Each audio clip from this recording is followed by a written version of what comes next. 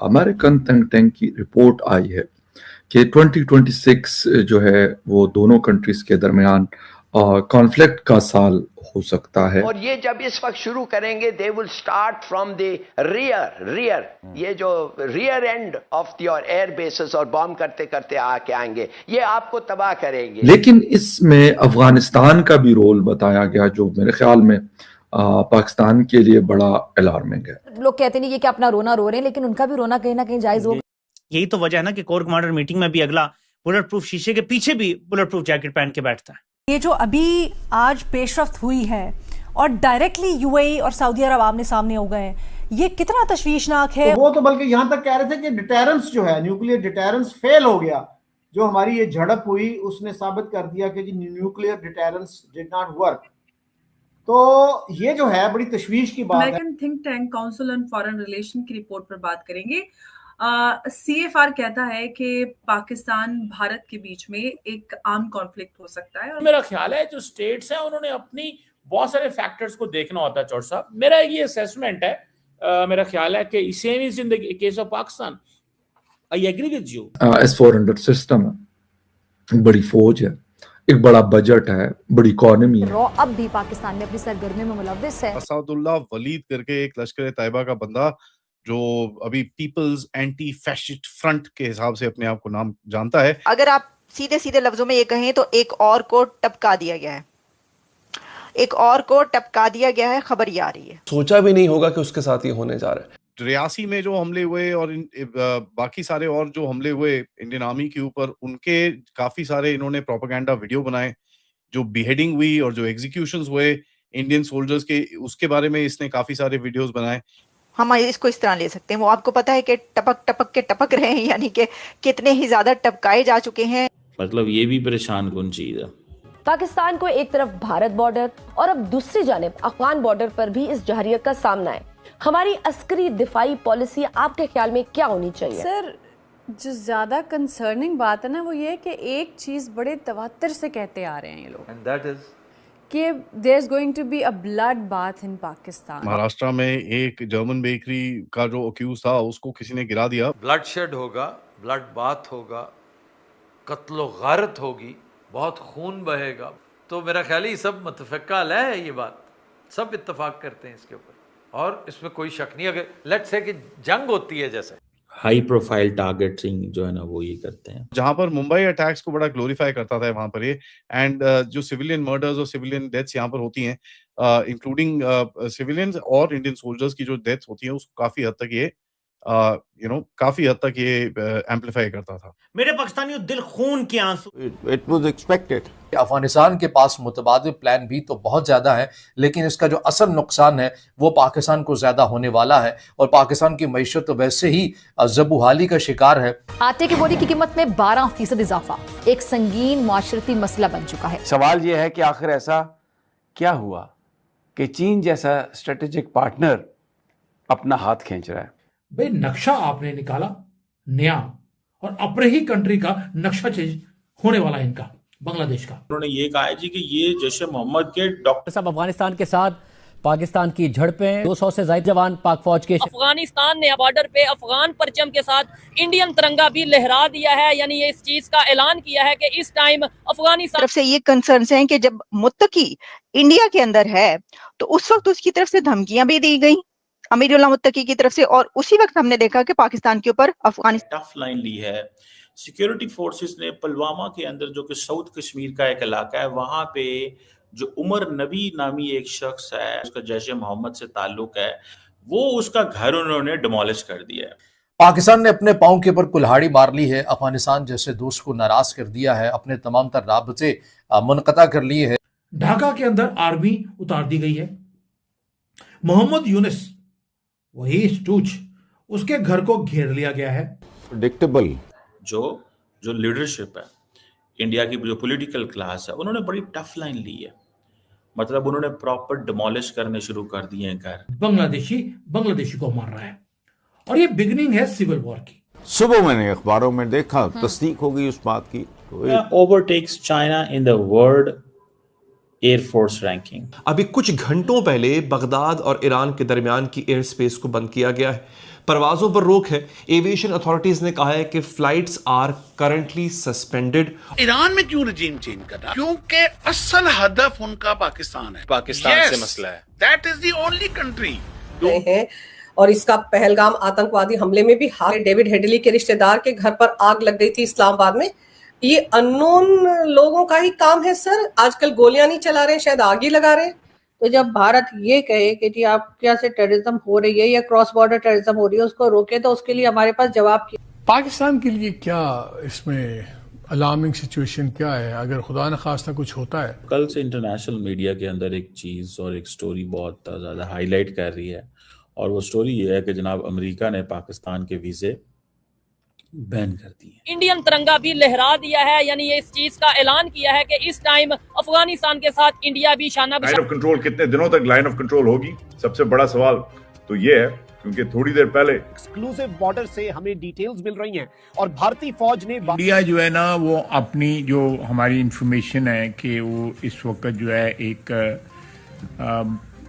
All out war की जगह जो पूरी थी कर दिया गया है। पाकिस्तान की साइड के ऊपर एलओसी की वायलेशन कर दी गई है। इस वक्त मैं आपके सामने लेटेस्ट डेवलपमेंट्स और जो एग्जैक्ट डिटेल्स मेरे पास मौसूल हो रही हैं वो आपके सामने रख रहा हूं। कुछ एक्सक्लूसिव बॉर्डर से हमें डिटेल्स मिल रही हैं और भारतीय फौज ने वादिये लीपा मकबूजा वादी वाली साइड से आजाद जम्मू और कश्मीर के अंदर एलओसी के अक्रॉस भारतीय फौज ने पाकिस्तान की साइड के ऊपर हमला कर दिया है। इस वक्त ताजा तरीन डेवलपमेंट्स हैं और इस वक्त भारत की जानिब से जो फायरिंग की गई है पाकिस्तान की साइड पर, ये आपको मालूम होना चाहिए कि पाकिस्तान के साथ भारत का सीज फायर एक एग्रीमेंट है। अब एक जानिब नाज़रीन किराम 22 तारीख को पहलगाम के अंदर हमला होता है, 23 तारीख को नरेंद्र मोदी ऐलानात करता है पाकिस्तान के खिलाफ कि हम ये सब कुछ कर रहे हैं, और भारत के अंदर चूंकि इस वक्त भारतीय मीडिया वॉर हिस्टीरिया का शिकार है, वॉर मॉन्गरिंग कर रहा है और जंग का मुतालबा कर रहा है नरेंद्र मोदी से। लेकिन अब जो डिटेल्स आ रही हैं नाज़रीन इकराम वो बड़ी इंपॉर्टेंट है। भारतीय फौज ने वादिये लीपा पर हल्के हथियारों से फायरिंग कर दी है।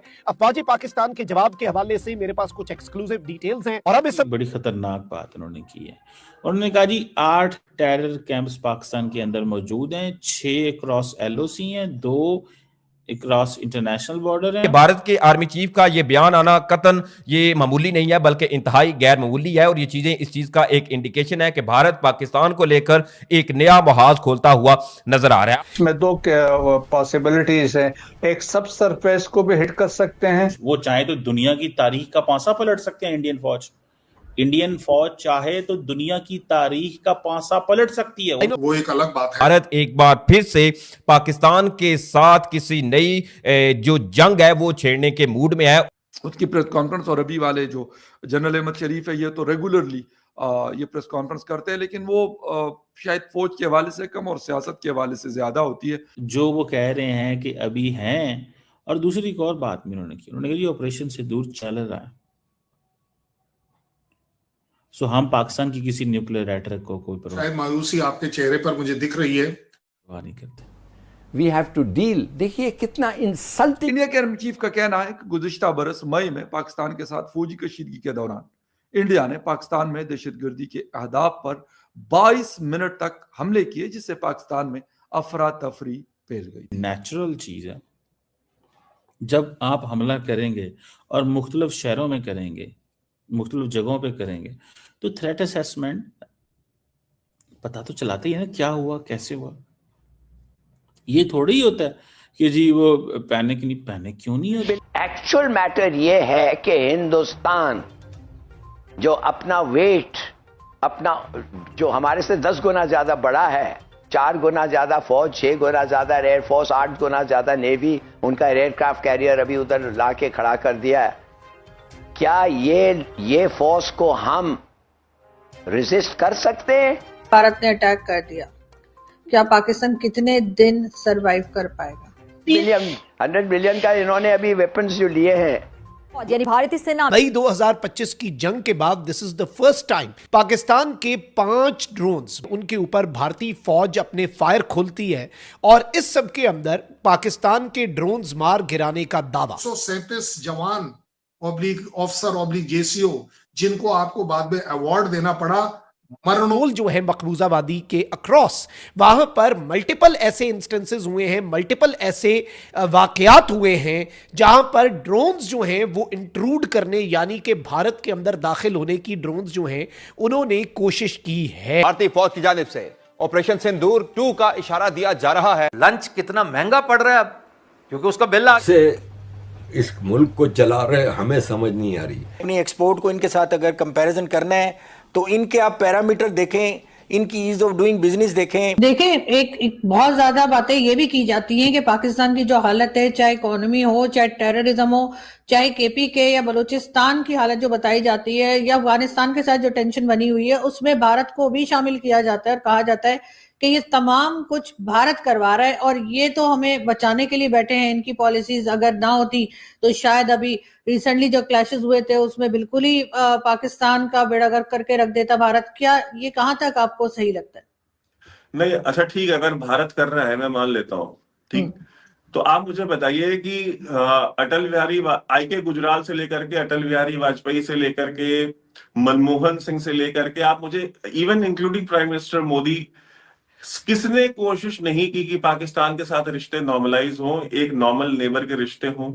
किसने ये ऑफर नहीं किया कि आप ट्रेड रूट खोलें, ठीक है, यहां से इंडिया को सेंट्रल एशिया जाना है, सबसे सूटेबल रूट वाया पाकिस्तान है, हम एक नॉर्मल नेबर्स की तरह रहते हैं और यहां तक मतलब लेवरेज देने को तैयार हुए कि ठीक है, अगर कश्मीर का इशू अगर आज सॉल्व नहीं हो रहा है तो हम आज इसको छोड़ देते हैं, जो स्टेटस को है स्टेटस को मेंटेन रखते हैं। कश्मीर का इशू हम आज से 10 साल बाद, 20 साल बाद, 25 साल बाद इसको हम बैठ करके हम अगर आज नहीं सॉल्व हो रहा तो हम 25 साल बाद सॉल्व कर लेंगे। ये ऑफर ऑलमोस्ट हर प्राइम मिनिस्टर ने दी कि स्टेटस को मेंटेन करे और रिश्ते नॉर्मलाइज करे, हर किसी ने ये ऑफर दी। आप मुझे बताइए कि ये किसने सबोटाज किया हर एक स्टेज पे? जब यहां से अटल बिहारी वाजपेयी गए तो जवाब में कारगिल किसने किया? जब लाहौर गए नवाज शरीफ से मिलने, बस यात्रा करके गए, तो आप मुझे बताइए कारगिल किसने किया? फिर जब मनमोहन सिंह ने ऑफर किया कि भाई रिश्ते नॉर्मलाइज कर लेते हैं, तो आप मुझे बताइए कि 26/11 मुंबई में किसने किया? जब प्राइम मिनिस्टर मोदी ने नवाज शरीफ को बुलाया अपनी ओथ टेकिंग सेरेमनी में, ताकि प्राइम मिनिस्टर मोदी खुद जब अफगानिस्तान से लौट रहे थे तो नवाज शरीफ के घर रायविंड तक गए, जब रिश्ते नॉर्मलाइज करना चाह रहे थे, तो आप मुझे बताइए तो पठानकोट हमला किसने कराया था? तो आप मुझे बताइए, आप इंडिया को तो ब्लेम करते हैं कि भाई इंडिया जो है ये कर रहा है, इंडिया वो कर रहा है, आप हर एक पीस इनिशिएटिव को आप खुद सबोटाज करते आए हैं। मैं ये तो सिर्फ पिछले 25 साल का एग्जांपल दे रहा हूं, मगर ये सारे मैं तो अभी कश्मीर की इंसर्जेंसी, कश्मीरी हिंदुओं का पलायन और उससे पहले खालिस्तान की इंसर्जेंसी, मैं तो अभी उस हिस्ट्री में नहीं जा रहा हूं। मैं तो सिर्फ इस सदी की बात कर रहा हूं, जिस सदी में हम बैठे हुए, पिछले 25 साल की ये गिनाई मैंने आपको चीजें। वादा किया वो निभाना पड़ेगा, और अगर निभा ना पाए तो फिर ट्रंप के सामने सर कलम कराना पड़ेगा। 4 बार कॉल का जवाब ना देना, या 4 बार एक सुपर पावर का फोन आ रहा है आपको और आप उससे बात, तो आप मुझे बताइए कि जब आप खुद इतनी सारे डिस्टर्बेंस क्रिएट कर रहे हैं, और आप मुझे बताइए अफगानिस्तान में तालिबान को किसने पाला था? पेशावर शूरा क्या अमृतसर में था? ये तो आप इंडिया का नाम लेते हैं। आज से 5 साल पहले तक तो ये इंडिया के साथ साथ इजराइल का भी नाम लेते थे, आप इजराइल का नाम क्यों नहीं लेते हैं? पहले तो यहूदो हनूद की साजिश हुआ करती थी ना, अब सिर्फ हिंदू की होती है, अब यहूद की नहीं होती। लेकिन ये भी इन्होंने हर बात जो आपने बताई कि जब भारत ने कोशिश की पाकिस्तान से बात करने की या रिलेशंस को सही करने की तो कुछ हो गया, तो इन्होंने तो हर चीज को डिनाई भी तो किया है कि ये भारत ने खुद करवाया है, क्योंकि इलेक्शंस हो रहे थे, हर बार इलेक्शंस हो रहे थे, कोई ना कोई इस तरह की बात भी तो की गई, उसको किस तरह से मतलब जस्टिफाई किया नहीं करते? वो एक कहते हैं वो बैठने को कहते हैं सर, ये लेट जाते हैं। ये चांद पर जा रही है, यहाँ पे हमारे शहर की माँ तड़प रही होती है कि उसका बच्चा रोड पर जो है वो खुले गटर के अंदर गिर गया। सरकार को, क्योंकि ये सिर्फ मिलिट्री मूवमेंट नहीं था, लोगों को आइडेंटिफाई करें ये किसकी गफलत है, क्यों हुआ। क्या करोगे आप? मुजफ्फराबाद से वो इंडिया की तरफ निकल जाए कि हम कश्मीर को मिला रहे हैं, फिर क्या कर लेंगे आप? We have basically got 1,000 kilometers of our territory, 1,000 square kilometers of our territory, जो देप्सांग प्लेन में और देमचौक में, let me just say this very